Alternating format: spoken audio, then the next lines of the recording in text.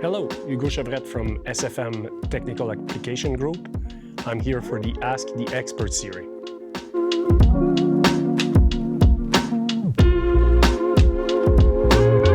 I think NDI is much more flexible than SDI, obviously, because of multiple reasons. The first one being it's a fully networkable protocol, so you can basically use an existing network infrastructure to distribute video across your facility.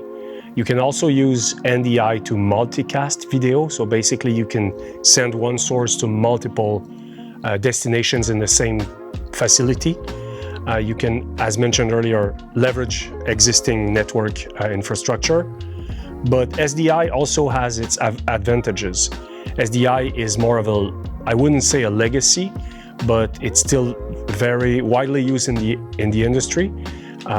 It's a point-to-point video signal transport method. So basically, you use a copper wire to distribute signal from point A to point B. Then, if you want to distribute it to multiple places, you will need some type of router, an actual hardware that takes one input and multiply it by X amount of outputs.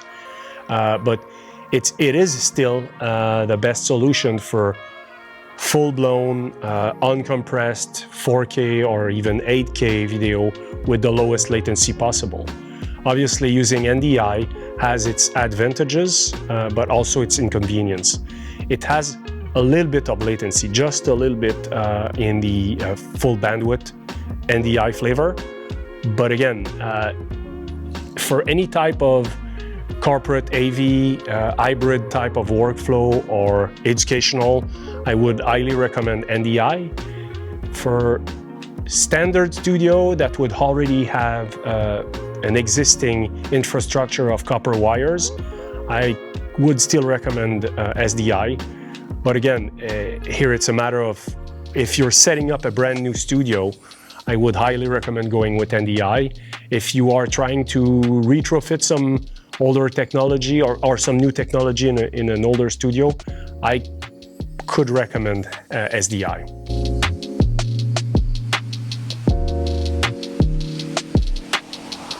Using the right NLE is more a matter of taste than anything else. It's almost a religion.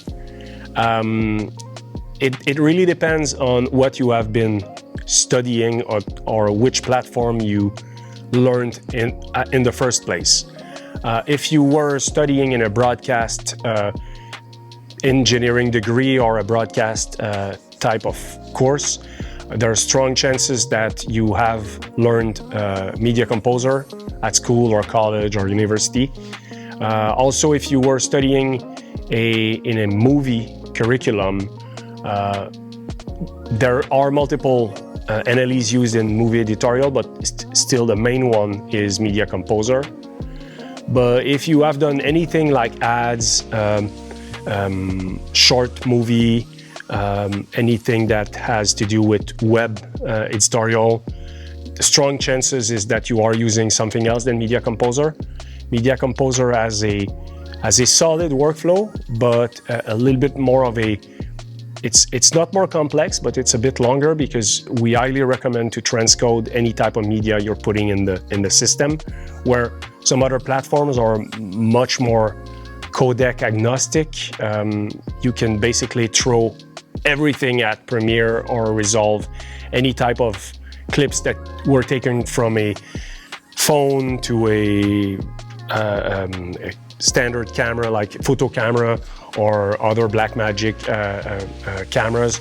Basically, again, NLE is more a matter of taste than needs. So typically I would recommend using the one you're more comfortable with. So you don't want to learn a new program every time you have a new project. So typically you go with what you know more, you go with which platform you know the shortcuts. But again, it's more a matter of almost a religion than anything else. I hope this answers the questions. Thank you.